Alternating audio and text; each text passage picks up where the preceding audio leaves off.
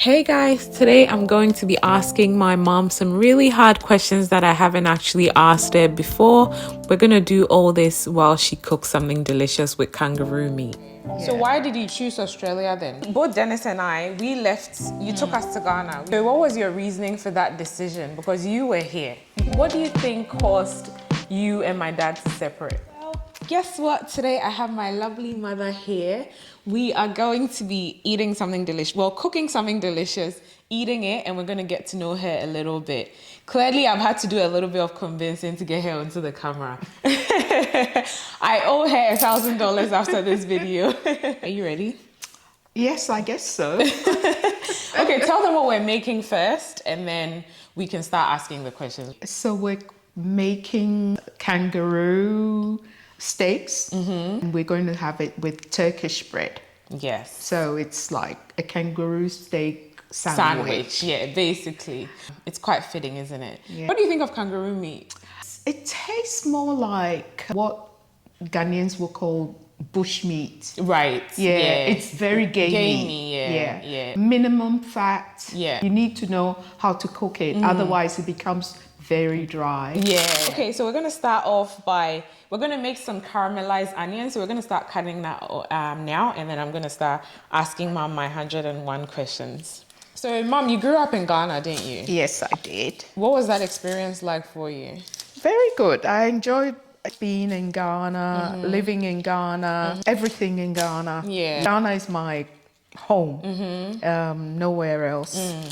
Even having lived here for such a long time, I still I don't feel at home. Yeah. Okay. I still feel Ghana is my home. Your It's home, like here, I'm just traveling. Okay.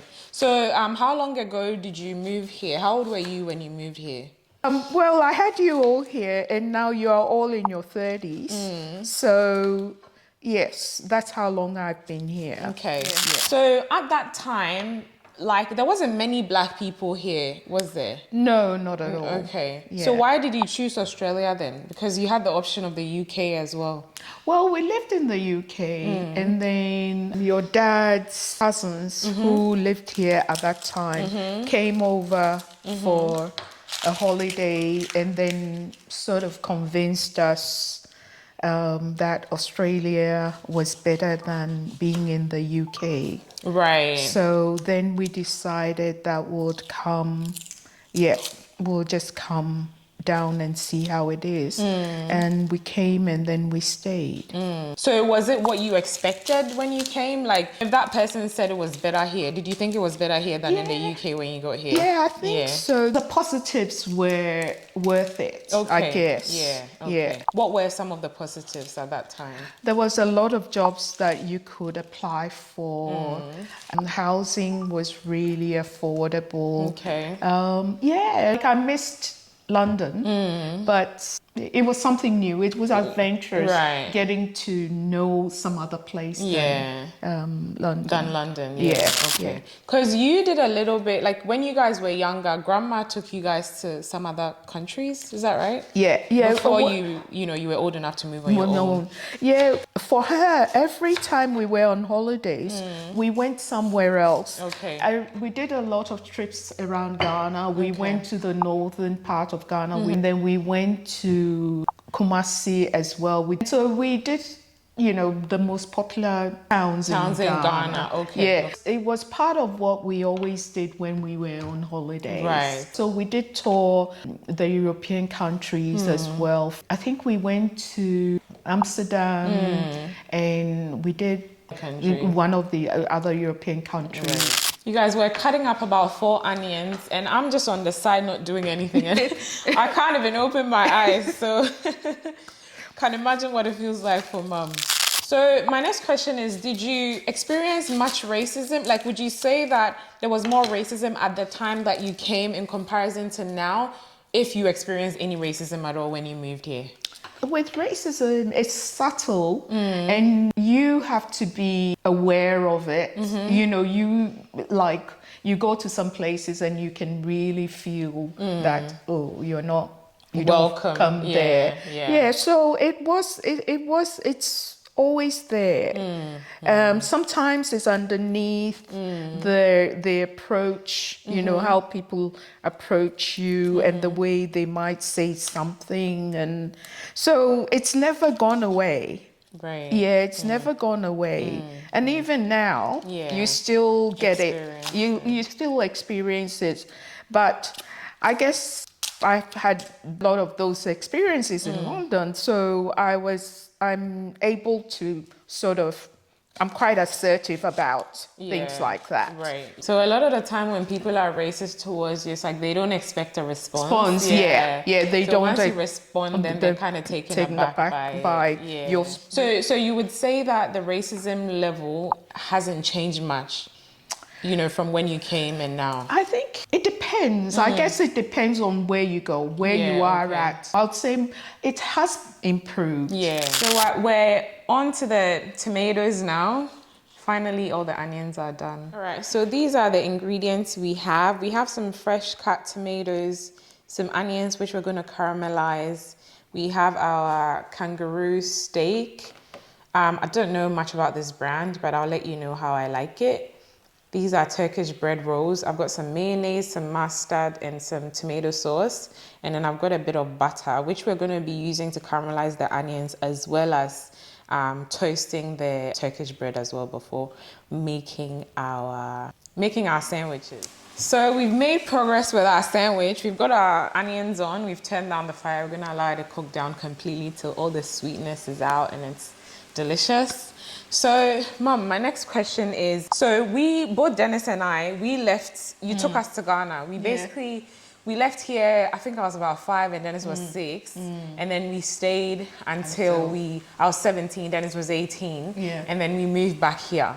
So what was your reasoning for that decision? Because you were here. Yeah, well, that time, it does get a bit emotional for me when I talk about those times, because it was a time when it was the best decision to take you guys home.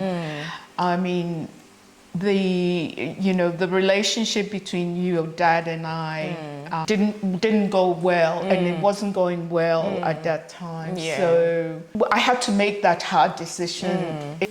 If I wanted a better life for yourself, I mean, the two of you. So, and I wanted to go back to studying. And as you know, studying took me about 4 years to finish my study. And at that time, I would have considered myself as being a single mother. And having 2 kids of that age, it was really difficult for me to manage, because school was full-time. I had to work full-time to support myself and you kids. So I had to come to, it was one of the hardest decisions I had to make. You know, it's even now when I talk about it, you get emotional. I get emotional. I get emotional. It's okay. It's fine. But it was, now looking back, it was one of the best decisions I could have made. Because you had the best of both worlds. You know, you had the Ghanaian upbringing, and now look at the both of you.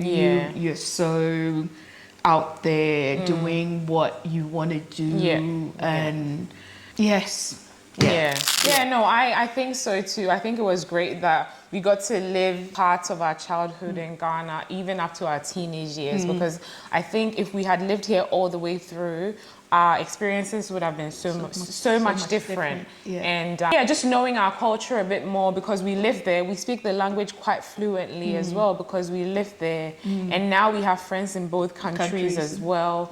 So it just, and I think it really builds your character and your resilience as well. You know, you adapt to different things very easily because you've been exposed to different types of experiences. And so it's mostly Yeah. It was mostly positive for us. Yeah, and I'm always so grateful to Grandma. Yeah. I mean, I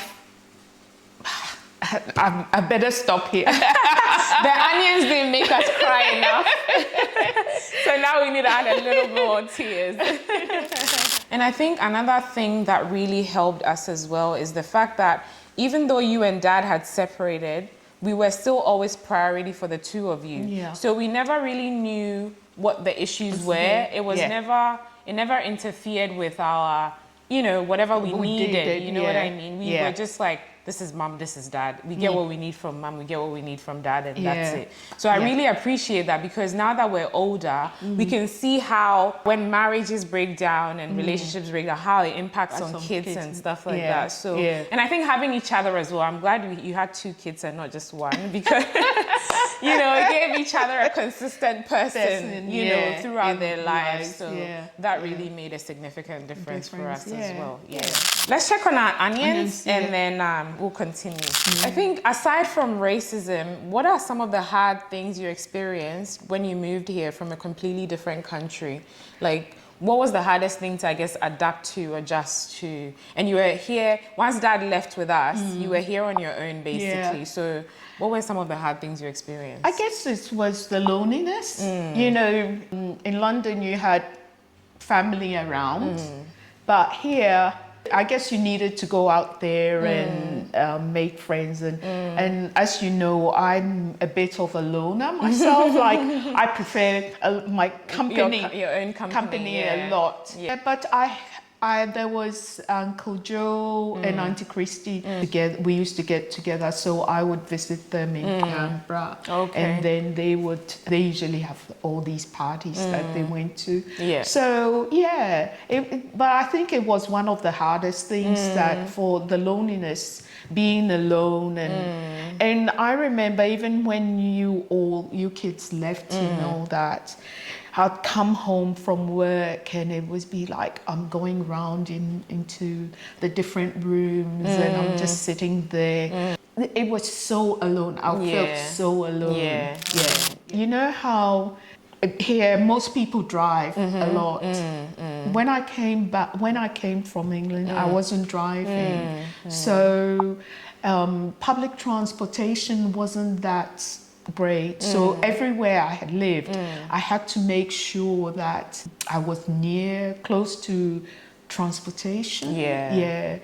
But now it really improved. Now trains are going everywhere. I think those are the 2 main things I struggled with. Okay, so what got you through those times with the transportation, the loneliness and well, most of the time, I love to read. I read a lot. Just knowing where a library was my biggest thing. I'd go and hide in the library and just read. And I mean, having the few friends that I still have was really also got me through. It was also quite helpful because then I could always pick up the phone and talk to someone. And at that time, calling Ghana was really a real struggle because you actually had to, mobile phones weren't as common as that at that time. So you actually had to go through an operator to call Ghana. And it was the cost was so astronomical. Also, they didn't even have those scratchy phone cards. No. Those ones came later. Okay. So we've come a long way. Clearly. Gee, you've got to go. So you call the operator and they put you through to calling Ghana, but then the bill comes and it's like your whole pay is gone from one conversation with grandma. And then she's wondering, why hasn't she sent me money this month? I know. So I think we're gonna start assembling our burger because I think the onions are nearly done. And then I've got 3 more questions for Mom. Make sure you give us a thumbs up, guys. Don't go anywhere because today we're pouring our heart out right here. Because you guys are my second family, so you need to know what's going on. What do you think caused you and my dad to separate? I guess it got to a point where I think we weren't compatible Anymore, yeah. I think it was just the compatibility wasn't working. Okay. Yeah. How long were you together before? 3-4 years. Okay. Yeah. And I just felt the best thing was for us to be separate, but still work together because we had you kids, and for me that was the most important thing. Yeah. All right. So basically, we're done. We've toasted our buns.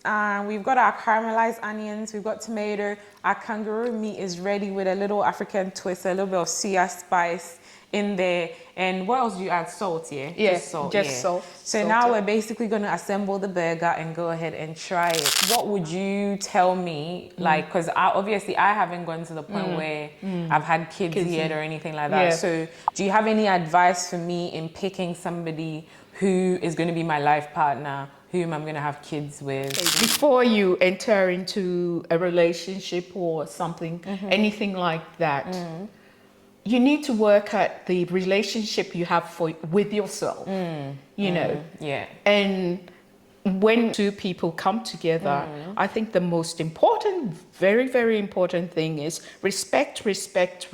Yeah. Because, I mean, respecting yourself and knowing how you want to be treated along the line, and, you know, it's very, very important. And that other person knowing how they want to be treated as well. You know, it's about respect for each other, able to listen to each other and discuss things. Yeah, there may be disagreements, but does not mean I have to be disrespectful to you. And if you have a good relationship with yourself as well, you know your self-worth, you know who you are. You don't want somebody to just come in and treat you anyhow. So that is very, very knowing your self-worth, knowing who you are, knowing you can stand up for yourself. And from my point of view, people should treat relationships not as goal that they have to achieve, but part of the package that comes with life. So you've got your career, you've got whatever, you know, all the things that make you feel good about yourself. And then a relationship is part of it's not the icing on the cake. No, some people. It's not the cake itself; it's the icing on the cake. It's part of the icing on the cake. Not even the whole icing. No. So if you are eating the cake, you realize that it makes it sweeter or nicer or whatever. Because when you know who you are, that other person knows who they are. They know their self-worth. You know your self-worth. You discover different things.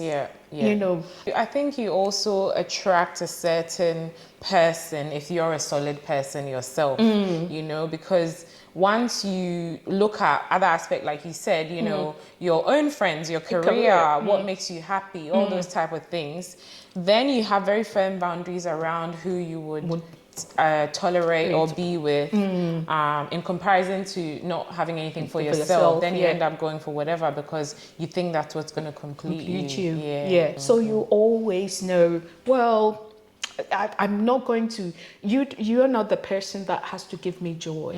I have to go out there and look for that joy myself. So finally, our steak sandwiches are ready. As you can see, I've got a bit of mustard sauce and tomato sauce on mine. I think Mom got a bit of mayo as well on hers. Yeah, I did.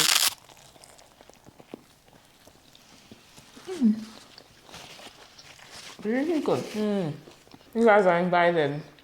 If you come to Australia, you need to make sure you try Kangaroo because they don't really have any traditional food in Australia. You know how like when you say fufu and soup, you think about Nigeria, you think about Ghana. Yeah. But like Australian food, I don't really, even if you ask people that have lived here all their life what's Australian food, they wouldn't even have an answer for you. Yeah, it's true. But I think if you really want to indulge in things that are native to here, look into people that incorporate some kind of Aboriginal cooking or recipes or something like that into their cooking.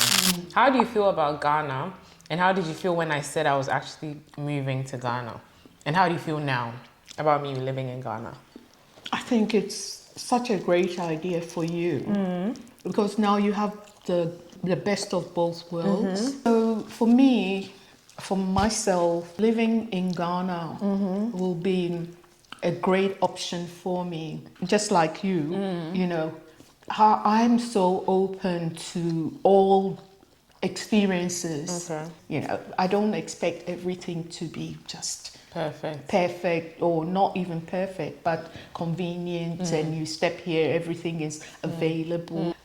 I think it's important that we recognize things when things are working. When we look at things that are not working, instead of just talking about it all the time, everywhere you go, let's look at it like, how do we make it work? Yeah. How do we make it work? Because I think when a lot of us come together looking for solutions, instead of just looking at just one part for one person or just a group of people for solutions, it would work. Yeah. So a bit more working together looking at solutions, that kind of thing. A bit more looking at solutions is important, that we all look at solutions. Yes, you might say people won't listen, but if you start something good and you have a good intentions and there's always someone out there who would join, might be interested to join you. who would be interested to join you. And I think it's really, really important that we start looking at things that way. Were you shocked when I said I was going to Ghana? Not really, no. I wasn't shocked. I knew you were going to go, because you had been staying it for some time. Since you had come back here, you had always it was part of what you wanted to do. You were looking at doing different things, even though, different from, not looking at the ordinary, going along the lines of whatever you've studied, but using that study, using those ideas, and looking at things in a different way. Well, that was all my questions. Well, I hope you guys have enjoyed the video. Thank you very much for being on the camera. Well, you owe me. I do owe you $1,000. More than 1,000. More than 1,000. Now, me being on camera, I know. Full on. It's full on. Anyway, I hope you guys have enjoyed the video. I hope you've gotten to know my mom a little bit and a little bit about my own background as well. I thank you guys for watching. Don't forget to give us a thumbs up, subscribe if you haven't already. Don't forget to follow your bliss. So now life is short. Follow your bliss. Follow your bliss. And follow your bliss. Take care, guys. I'll see you in the next one. And don't forget to subscribe. Yes, that's right. Make sure you subscribe. Yes. And thumbs up. Yes. Bye. Bye.